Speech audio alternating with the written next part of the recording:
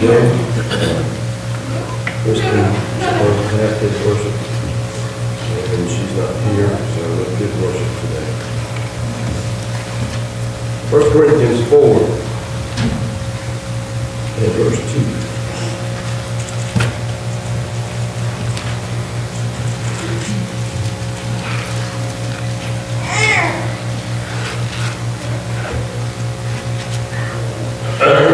We are beginning a new sermon series. The series is called Mastering Your Money. And we'll be using this series every Sunday in February. So, 1 Corinthians 4:12. 4:2. Yeah, you're right, it's 4:2. 4:2. In this case, moreover, it is required of stewards that one be found trustworthy. Required of stewards that one be found trustworthy. The English Standard Version says, be found faithful. There is a strong sense of hopelessness. At least that's the way many Christians describe their inner feelings about their finances. In many homes, both husband and wife were forced to work, yet money seems to be in scarce supply. We tend to live paycheck to paycheck, following the world's financial system that has brought many people to financial shambles. Many are enslaved to debt.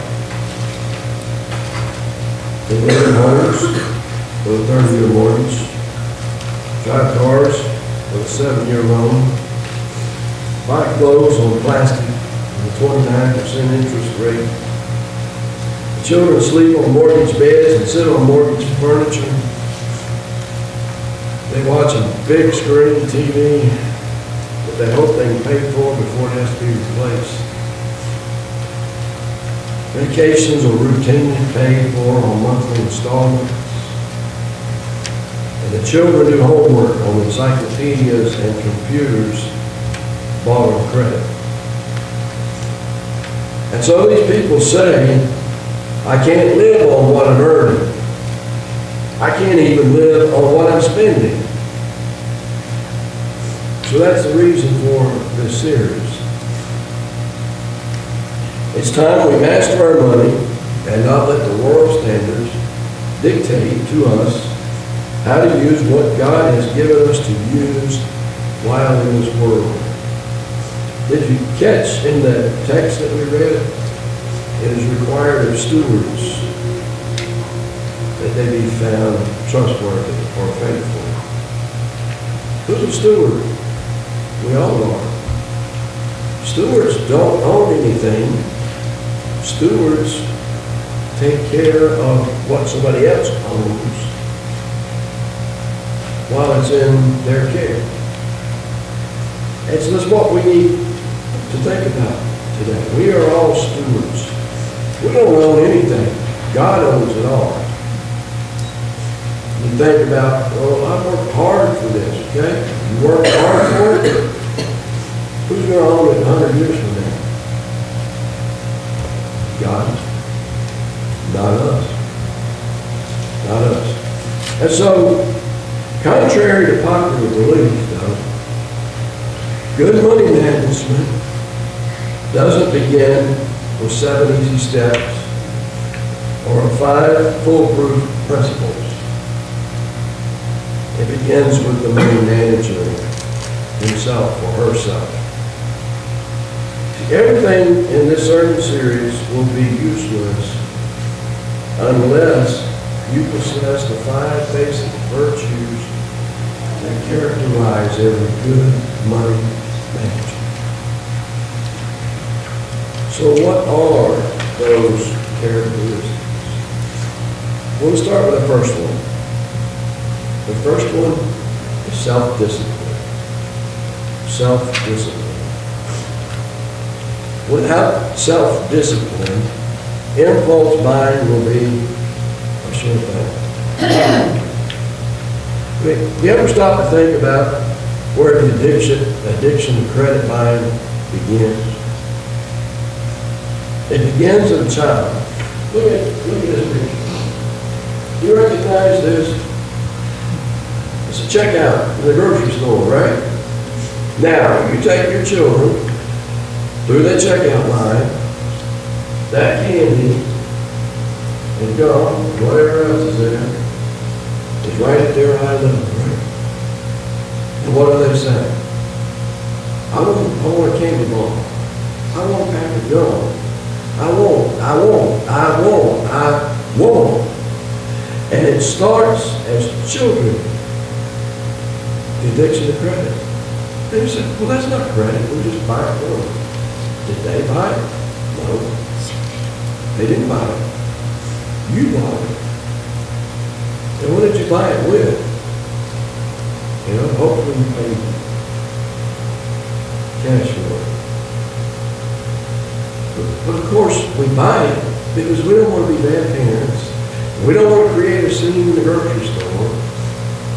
And so they buy it. And so the devil knows that if you bring up children on impulse buying,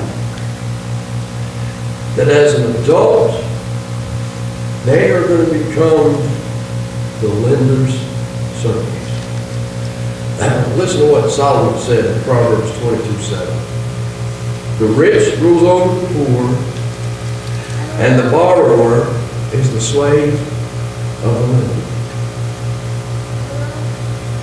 You see, children have a strong compulsion. I want a candy bar. I want a pack of gum, and they get to crying and screaming, and you just want them to be quiet.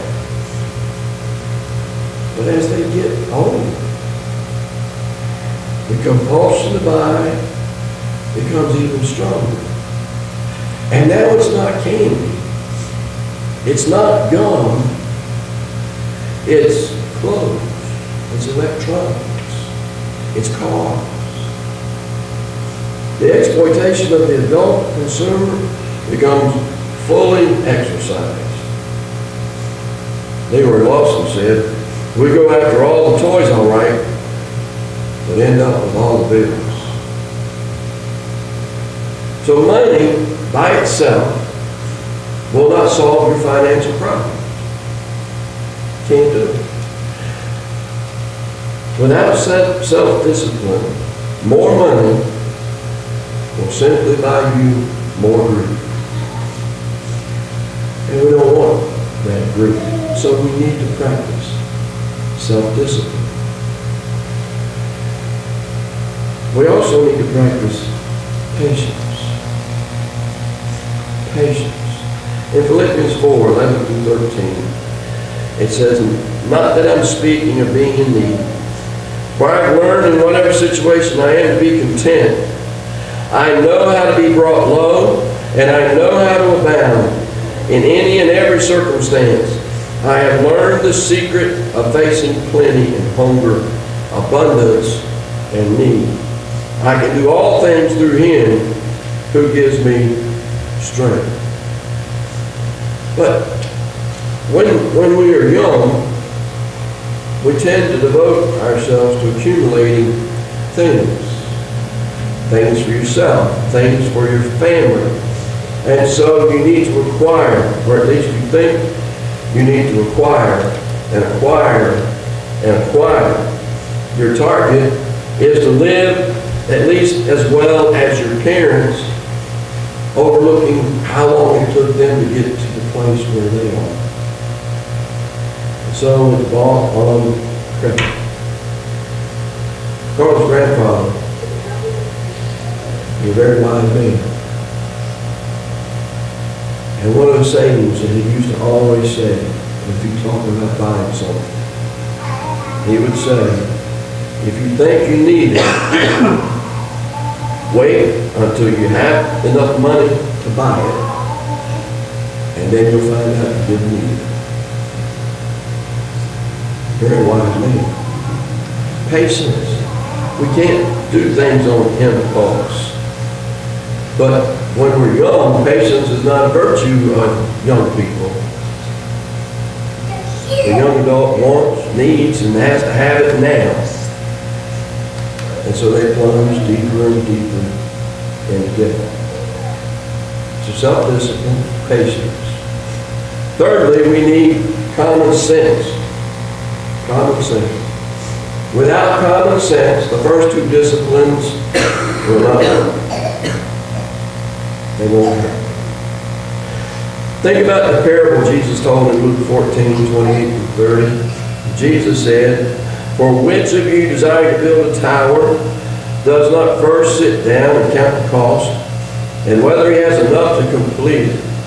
Otherwise, when he has laid the foundation and is not able to finish, all who see it will begin to mock him, saying, 'This man began to build and was not able to finish.'" Now, what is Jesus saying? It's very simple. Jesus is saying, don't get in over your head. Don't get in over your head. That's good advice. Don't get in over your head. But we ask this question, how much is enough? Well, how big does your house have to be? How much furniture is necessary? How expensive of a car do you have to make it happen? You know, you probably heard me say it before, but we probably celebrated our 40th wedding anniversary. And we went out to Pigeon Forge and we got a motel room. And the room was nice. It had a full kitchen. On this corner, of course it had the restaurant, full kitchen, had a queen size bed, had a love seat with a high bed in it, had a fireplace in the corner, had a chest of drawers over here with the TV set on. And we stayed in that room about 3-4 days. And I finally looked at her and I said, you know what? This is all the world we need. Why don't we go on the building? Because, I mean, how big is enough? Well, as you get older, you realize that big is not always better. And as you get older, you begin to downsize because everything's too big and you can't take care of it anymore. But if we learn that lesson when we were young, we might be in really good financial shape when we get older. So we have to think about that. When J.P. Morgan, the great financier, died, he left an estate of $77.5 million. That's a lot of money. But you know what John Rockefeller said? He said, and to think, he wasn't even a rich man. What does it take to make somebody rich? You know? Rich can be defined in many ways. It does not necessarily have to be with money. So, patience, self-discipline, common sense. We also need farsightedness. Farsightedness. You can define that by saying, putting off until tomorrow the non-essential purchase we yearn for today. Yeah, we used to talk about we need to save for a rainy day. And those rainy days come to everybody. Or we need to save for retirement. But how in the world can we do that when we live from paycheck to paycheck? We can't. We can't figure out how to do that. Well, Dave Ramsey says that we need to start with baby steps. So think about it. How do you eat an elephant? One bite at a time. That's the way you eat an elephant. We need those baby steps. Ramsey said the good place to start, step number 1, is $1,000 cash emergency starter fund. $1,000. Money Magazine says that 78% of us will have a major negative event over any 10-year period. Now think about that. Is your job being downsized? Are you being forced out? You have an unexpected pregnancy? Does the car blow up? The transmission go out? I mean, life happens, and you need an emergency fund. Now, I know $1,000 is not a lot of money, but when you're not saving anything, $1,000 is a lot of money. And it would help us at least to have somewhere to start when those unexpected things of life come back, so that we're not totally unprepared. Okay? Then step number 2 is get rid of your debt. And I'm not going to talk a lot about that one today. That'll come later. But get rid of your debt. And then step number 3 is finish the emergency fund. Everybody should save 3 to 6 months of your annual salary that is available in case you lost your job or an emergency came up that was expensive and you're ready and prepared for it. But Jesus talked about farsightedness to an even greater extent. When Jesus talked about farsightedness, he did it in Matthew 6, 19 to 21, where he said, "Do not lay up for yourselves treasures on earth, where moth and rust destroy, and where thieves break in and steal, but lay up for yourselves treasures in heaven, where neither moth nor rust destroy, and where the thieves do not break in and steal. For where your treasure is, there will your heart be also." Jesus is suggesting that money management needs to look beyond retirement. Money management needs to look beyond death. What do we do with our money now? Because what we do with our money now affects what will happen in eternity. So we need to be farsighted enough to plan for the rest of your life. I'm talking about your eternal life. Don't lay up your treasures just here on earth. Lay up your treasures in heaven. Think about what God's kingdom needs and how can you give to God's kingdom. We don't need to ask the question, how much do I need to live on? We need to ask the question, how much can I afford to give away? And give away all that we can give away. That's important. Finally, the last virtue would be thankfulness. Gratitude has a lot to do with your budget decisions.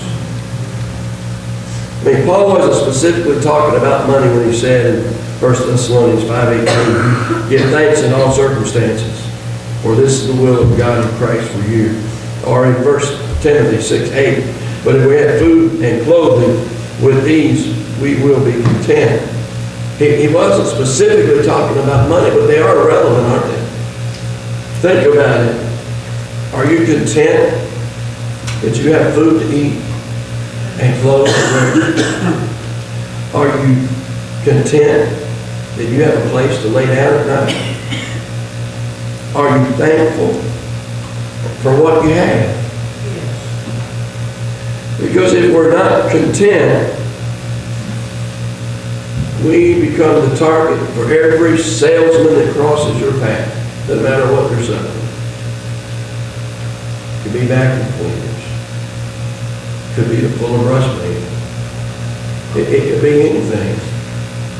You know, any salesman that comes your way, you're going to be a target if you're not content. Because discontentment leads to overspending, and overspending leads to more discontent. So we need a Thanksgiving inventory. All right? So, do you have a place to live? And are you thankful for it? Do you have enough food to eat? Do you have clothes? And can those clothes keep you warm when it's as cold as it was last week? Do you have a job? Do you have transportation to and from that job? Do you have a family? Does anyone love you, and do you love anyone else? Do you have faith? Do you believe in God? Are you part of His church? Are you thankful? Are you thankful? So think about different groups that live a very simple life. You think about the Amish or the Mennonites. They live very simple, especially the old Amish. Very simple. No electricity in the house. No pictures to hang on the wall that have to be dusted. You know, it's very simple. And if we live more simply, I don't think there's anything wrong with having electricity in the house. I kind of like that. It keeps me warm on this cold day. But if we live simply and stop acquiring stuff just because it's stuff that we think we need, I think we would find ourselves much more content, much more thankful for what we have, and give God the glory for all those things. So, in control of your finances, start with a grateful heart. Add to that a patient spirit, common sense, farsightedness, and self-discipline. And when you've done those things, you will be ready to ask for your money. We'll continue thinking about that next week. But keep those virtues in mind. Because those are just good virtues for Christian and healthcare. Those virtues help us out imitate Christ. And that's what we're supposed to be doing, is imitating Jesus. So let's look at that. For the rest of the days, we know Jesus. You're going to have a decision to make for Jesus. We're going to sing the song, Drawing